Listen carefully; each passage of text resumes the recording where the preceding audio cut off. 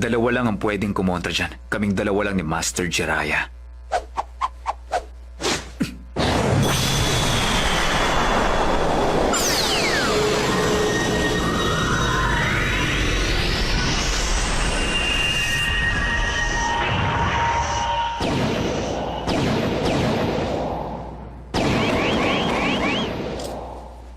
Ayos, magaling.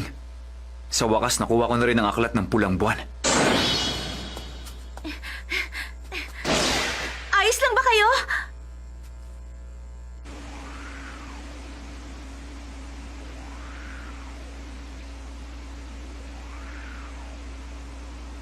Nagkaroon si Kushina ng ilang mga paso.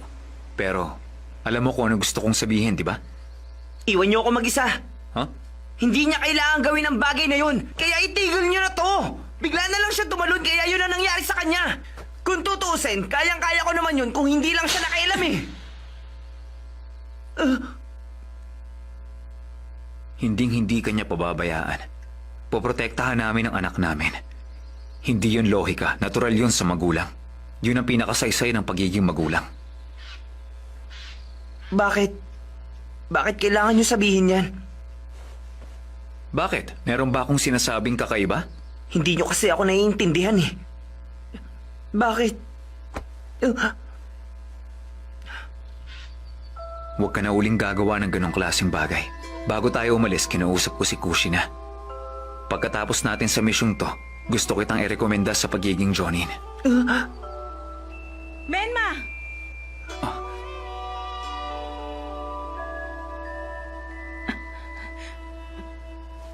Teka, Kushina! Pinagalitan ko na siya, kaya... Pasaway kang bata ka! Buti na lang hindi ka nasaktan. Salamat.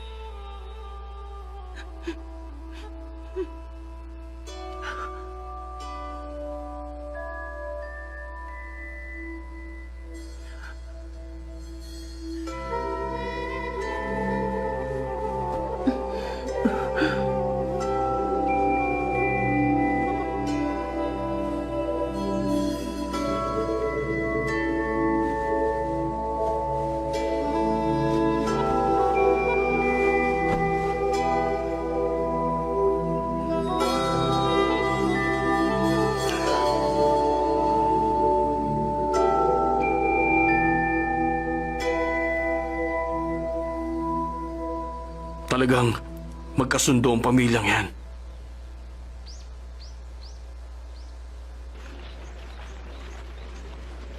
Matatahimik na rin ang kaluluwa ni Jiraiya. Lady Tsunade, ipaalam na natin kagad sa lahat. Sa wakas, matatalo na rin natin ang lalaki na kamaskara. Hindi. Kailangan natin maghintay ng tamang pagkakataon. Pagkakataon? Meron pa kasing isang bahagi yung propesiya. Mabubuksan lang ang aklat ng pulang buwan kapag kulay pula pa rin ang buwan sa langit. Hanggat hindi yun nangyayari, itatago natin to sa isang ligtas na lugar.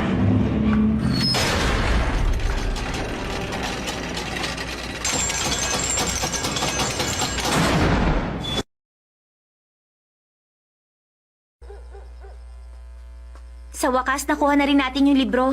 Sayang dahil hindi pa yun magagamit kagad. Oo. Isa pa, hindi ako sigurado kung anong ibig niyang sabihin dun sa kulay pulang buwan. Buti pa, itanong natin bukas kay Lady Tsunade. Sakura, pasensya na. Ah? Kailangan ko na umuwi eh. Sige. Ah.